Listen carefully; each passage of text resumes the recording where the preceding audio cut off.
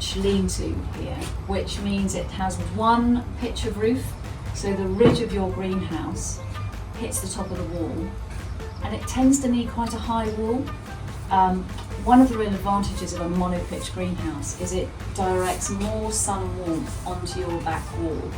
And traditionally you'd use a monopitch for something like a peach house, because you're getting all the warmth of the sun, all the sun's rays, warming up that back wall and bouncing the warmth back on the fruit.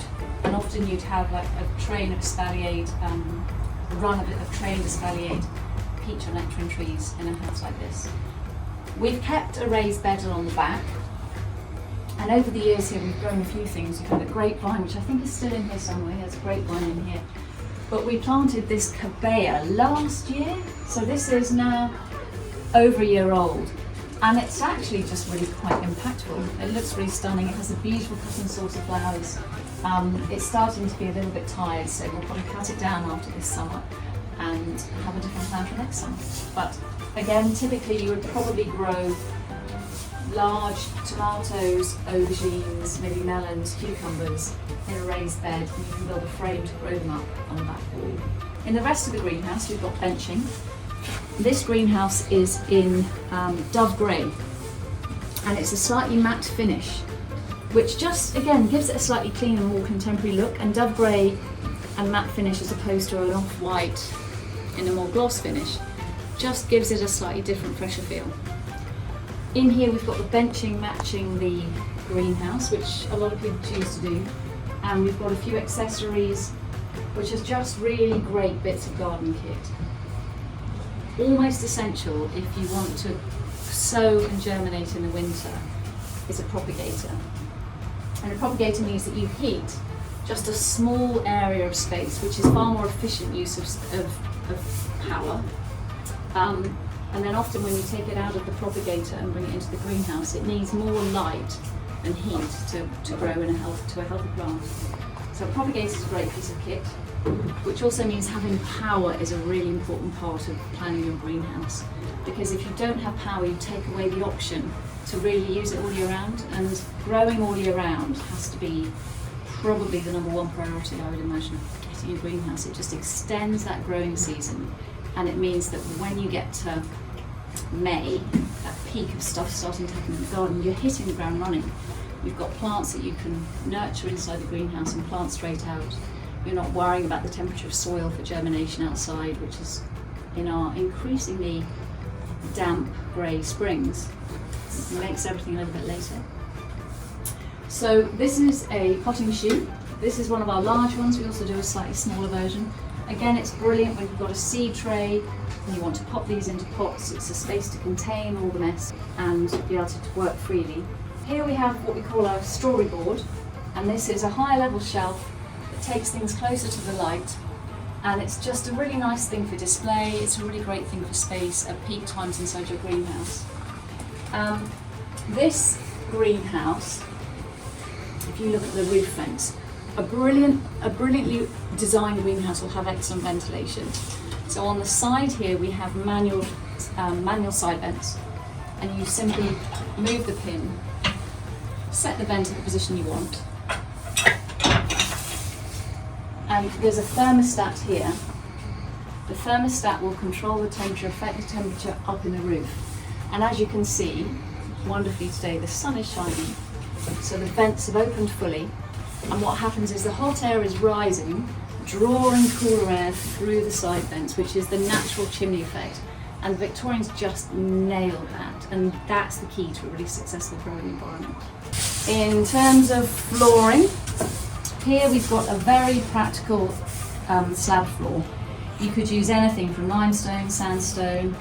We work a lot with a company called Westminster Paving, who do some really beautiful reconstituted York slabs, brick pavers that can create some really interesting floor finishes. And here we're showing our floor grids. And these floor grids in a traditional Victorian greenhouse would have housed the tubular fin heaters that would have been the main heating source for a larger scale greenhouse. And what that also does is allow you to water, the expression is damp down, so you can put water into the gullies where the tubular fin heaters live.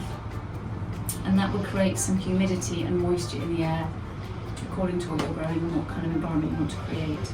This is a lobby, and in this greenhouse it's what we call an extended lobby. So what it does is it's like a porch of a house really, so it means you've got this extra space, and as you see you can put quite a lot in this little extra space, and it doesn't impinge at all in your growing area. It really makes a wonderful entrance and focal point on a greenhouse that's central, that's in a walled garden or in a vegetable patch or a potager. Having this lobby feature is wonderful.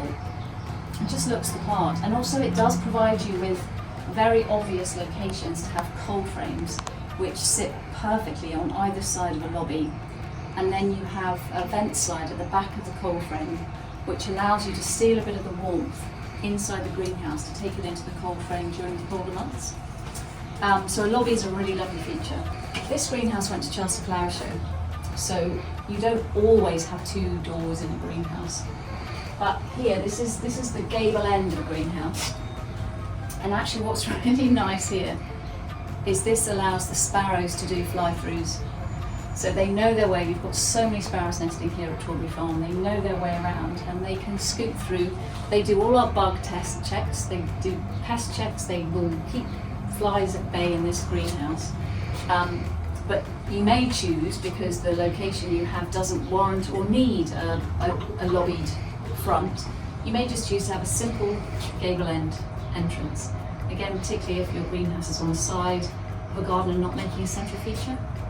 So yes, this is a gable end door and this is an extended lobby.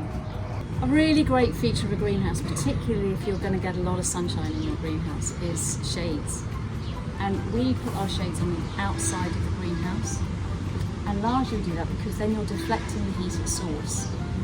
As soon as you put shades on the inside, you're getting an element of that heat and that UV coming through the glass, and then then they're only doing half a job. So these are very simple. They're just on a really simple loaded pulley system, and you just release them to let them up, and let them down, and then you just tie them off.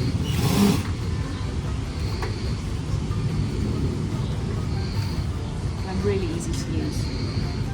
These are the cold frames.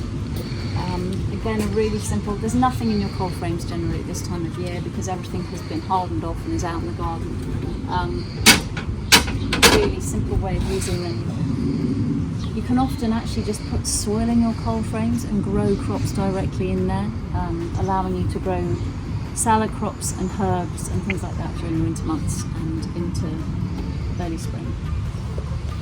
And finally, because we're all the same ultimately, and what's good for plants is good for people, we always recommend finding space for a table and chairs, because this is such a lovely spot to have lunch, a cup of tea, a bit of thinking time, a little bit of work. It's just always lovely, and what's good for plants is good for people, and it's even in January when it's freezing cold outside, this really is a lovely place to sit. So don't forget tables and chairs.